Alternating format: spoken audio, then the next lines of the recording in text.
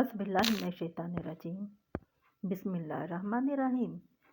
मेरे मोअज़्ज़ज़ साइमीन और साइमात, अस्सलामु अलैकुम रहमतुल्लाहि व बरकातुहू।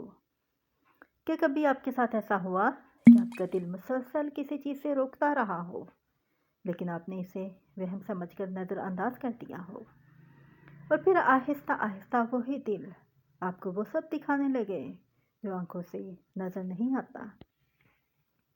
मेरे साथ भी कुछ ऐसा ही हो रहा था।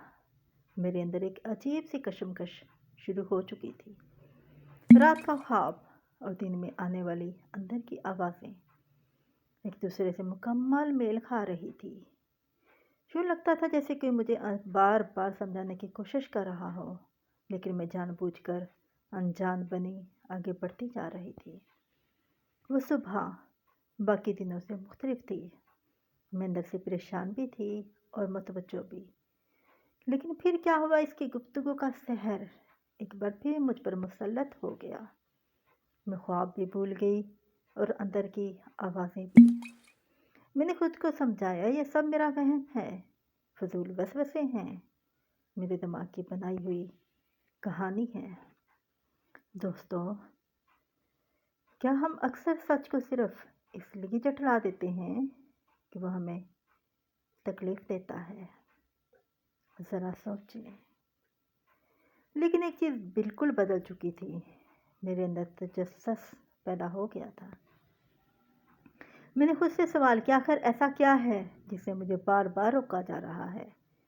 मैंने इसकी बातों पर गौर करना शुरू किया और फिर मैंने वो सब देख लिया जो पहले नज़रअंदाज कर रही थी। मैंने नोट किया कि इसकी गुफ्तगू का तकरीबन 99% हिस्सा ग़ीबत, इल्ज़ाम, झूठ और दूसरों की बुराइयां बयान करने पर मुश्तमिल था। जो भी सामने से गुजरता या हमारे साथ आ बैठता, वो इसका मौज़े गुफ्तगू बन जाता। किसी की शक्ल, किसी के कपड़े, किसी के जूते, किसी का अंदाज़, हर चीज़ में ऐब तलाश करना इसका पसंदीदा मशगला था। हत्ता कि किसी की तारीफ़ भी करती तो अल्फाज ऐसे चुनती जैसे हसद इसके लहजे में टपक रहा हो। दोस्तों, आपने कभी किसी ऐसे इंसान को देखा है जो तारीफ में भी जहर घोल रहा हो? ज़रूर बताइएगा। मैंने बातों बातों में से रोकना टोकना शुरू किया। मैंने कहा, हमें दूसरों की बातें करने से क्या फ़ायदा? ये हमारी नेकियां कहाँ जाती हैं? हम नहीं जानते कि हमारी ये गुफ्तगू हमारे नामे अमाल के साथ क्या कर रही है। मैंने मजाक में कहा, अगर बुराई ही करनी है तो अपने घर वालों की कर लेते हैं, कम अज़ कम नेकियां तो इन्हें क्यों जाएंगी ना। मेरी बातें सुनकर वो मुस्करा दी और कहने लगी, मैं किसी की ग़ीबत नहीं कर रही और ना चुगली, मैं तो सिर्फ हकीकत बयान करती हूँ। इसी लम्हे मेरे दिल ने ज़ोर से कहा, ये सबसे ख़तरनाक जुमला होता है। दोस्तों, क्या हर हकीकत कहने वाला शख्स वाकई खैर ख्वाह होता है? ज़रूर बताइएगा। इसी लम्हे मुझे एहसास हुआ कि दुरूद इब्राहिमी की बरकत से अल्लाह ताला ने मेरे दिल की आँख खोल दी थी। मुझे लोगों के चेहरे नहीं, इनके मजाज दिखाई देने लगे थे। लेकिन कहानी यहाँ ख़त्म नहीं होती।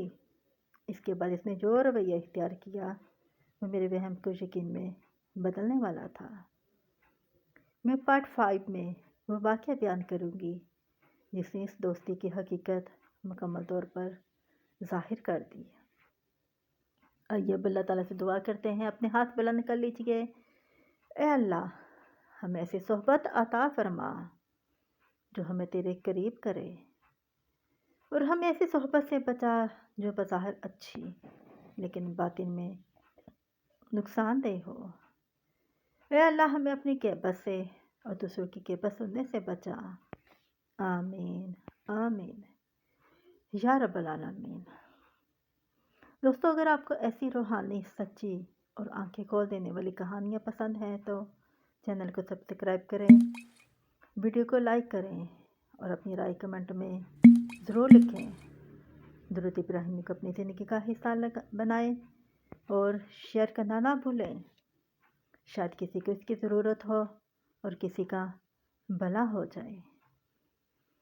اب میں آپ سے اجازت چاہوں گی، مجھے بھی اپنی دعا میں یاد رکھیے گا۔